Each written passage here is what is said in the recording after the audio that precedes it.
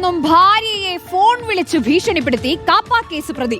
തൃശൂർ സ്വദേശി ഗോപകുമാർ കഴിയുന്ന സെല്ലിൽ നിന്നും ജയിൽ അധികൃതർ മൊബൈൽ ഫോണും കണ്ടെത്തി കഴിഞ്ഞു. ടൗൺ പോലീസ് കേസെടുത്ത അന്വേഷണം ആരംഭിച്ചു. നാളോട്ട് സ്വിച്ച് ഓഫ് ഞാൻ കാണിച്ചു തരാം. എന്താ നാളോട്ട് നമുക്ക് നിന്റെ സ്വിച്ച് ഓഫ് ഞാൻ കാണിച്ചു തരാം. ഫോൺ ഉണ്ടാവില്ല എന്നുള്ളത്.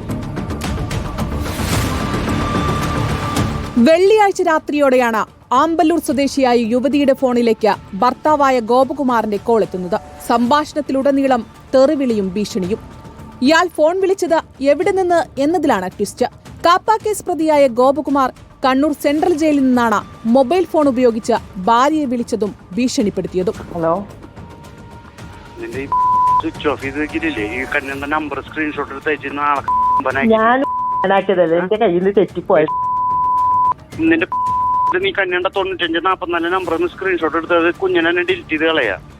എന്നിട്ട് നീ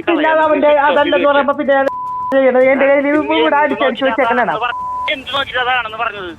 ശബ്ദരേഖ സഹിതം യുവതി ജയിൽ സൂപ്രണ്ടിന് പരാതി നൽകി. പിന്നാലെ നടത്തിയ അന്വേഷണത്തിൽ ഗോപകുമാർ കഴിയുന്ന 1-ാം ബ്ലോക്കിലെ 15-ാം സെല്ലിൽ നിന്ന് മൊബൈൽ ഫോൺ പിടിച്ചെടുത്തു. ഫോൺ പരിശോധിച്ചപ്പോഴാണ് കൂടുതൽ കാര്യങ്ങൾ വ്യക്തമായത്.